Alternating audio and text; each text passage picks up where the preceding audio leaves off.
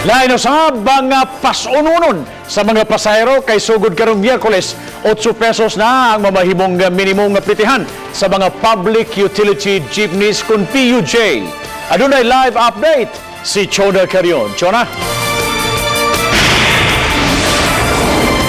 Yes, Bob, diaprubahan na sa LTFRB Board ang provisional increase sa plitihan diri sa PUJ sa Central Visayas. Gikan sa 650 pesos na plitihan, Bob, mahimo na unya kining 8 pesos ang plitihan sa PUJ. Kini ang gikumpirmar ni LTFRB 7 Regional Director Eduardo Monte Alto sa dihang gikuhaan siya og pamahayag. Mato ni Monte Alto, Bob, nag-aprubahan kini sa board ni atong Abril 24 karong tuiga nunot usab sa letter request sa usa ka transport group nga nangayo og 2 pesos nga uminto sa plitihan.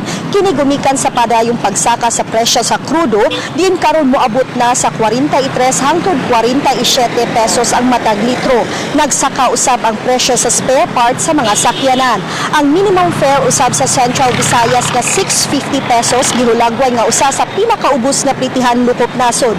Human ang board mi pausbaw na sa plitihan sa PUJ sa ubang rehiyon sama sa NCR Region 3, 4 ug Western Visayas. Mato ni Director Monte Alto, Bob, nagipapublish na kini nila samantalaan og bugawas na kini og mga adlaw. Ug sa adlaw nga Miyerkules mapatuman na ang 8 pesos nga plitihan sa mga jeep di pasayroan. Hinuon giawhag ang PUJ operators nga mulukat una og fare matrix o taripa sa buhatan sa Land Transportation, Franchising and Regulatory Board 7. Matag PUJ operator, Bob, mubayad lang og tag 50 pesos sa maong taripa. Ang dili makalukat og taripa dili mahimong makapaningil og 8 pesos nga plitihan. Ug kun masakpan aduna kini multa nga 5,000 pesos. Ug mao kana ang latest gikan sa gawas, Bob. Thank you so much, Chona Carion, sa imong live report.